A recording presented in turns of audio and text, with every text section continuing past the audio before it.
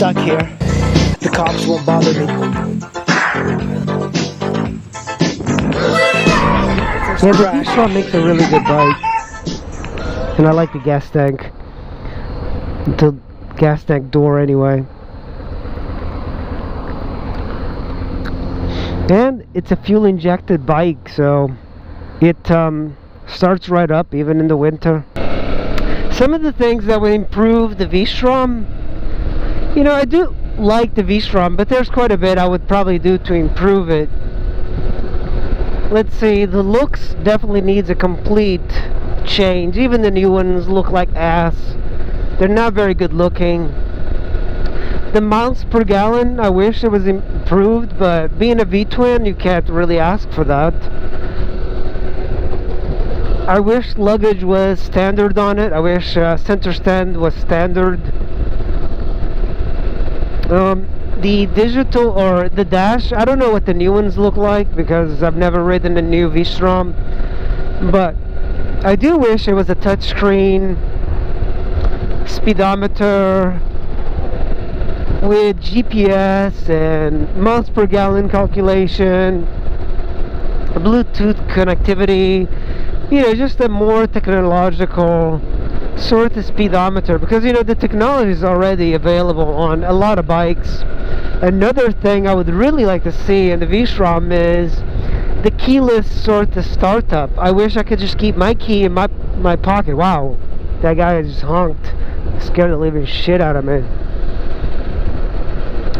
That it had like keyless start, so I'd like to keep my key in my pocket and start the bike, so as long as the bike is in the proximity, it would start up. LED lights, all of these things, you know, the stator and or the alternator. If you're going to commute, it helps to have a bike that can withstand a lot of electric load. For example, to run a heated vest, heated pants, you know, all of that sort of stuff. This bike is adequate, but it struggles with a lot of load, and you'll see that a lot in bumper-to-bumper traffic. When you're in bumper-to-bumper traffic, you're not really charging up the battery, so I've had bikes before that have just died. You know, also, I might say something that might piss off a lot of Vstrom owners, because, you know, it is a Vstrom, but, you know, the Honda came out with the Africa Twin, and the Africa Twin is known as this killer V-twin, and I have one. I have a 95 Africa Twin, but that engine is not that good. It's a V-twin, and I thought, man, if Honda ever makes it, it has to be a V-twin. Honda brought a 1000cc inline 2. That's their engine. It's not a very attractive engine, but it is a decent engine, and it does better in miles per gallon than a V-twin. So I don't mind if Suzuki gets rid of the V of the twin. You know, like I really don't particularly like bikes that are just V-twins. I do like the way they behave around the streets and like easy to ride, but V-twins, man, are kind of a way of the past. It's like old tech. I don't like that the cylinders are like spread out, like you have to do double the maintenance to adjust valves and stuff like that. I just don't particularly like that. I do like the way it sounds and all of that, but when it comes to making bikes, everybody's kind of signing off on the inline 2s. The inline 2s are very flexible bikes because it's easier to manufacture than a V-twin, and they weigh less. You don't have to have another cylinder head sticking in another part. So V-twin, I wouldn't mind if Suzuki made a very cool looking bike that got rid of the V-twin entirely. I'm just not into it.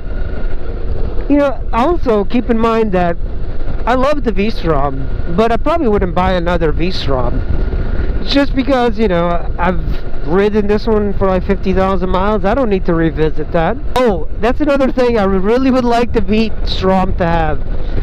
is a shaft drive. Yes, I like one with a shaft drive. Suzuki. It just makes it so much easier for maintenance and traveling. Man, that's one of the things I really liked about the BMW is that, okay, no maintenance shaft drive. But of course, their shaft drives are pieces of shit. And they break. So, for me, man, a nice shaft drive would be really cool to have on a Vstrom. If at all possible. Even a belt drive. Something like less maintenance, less dirty. I'm not into chains. I've changed so many chains, and quite frankly, I just don't want to keep doing it.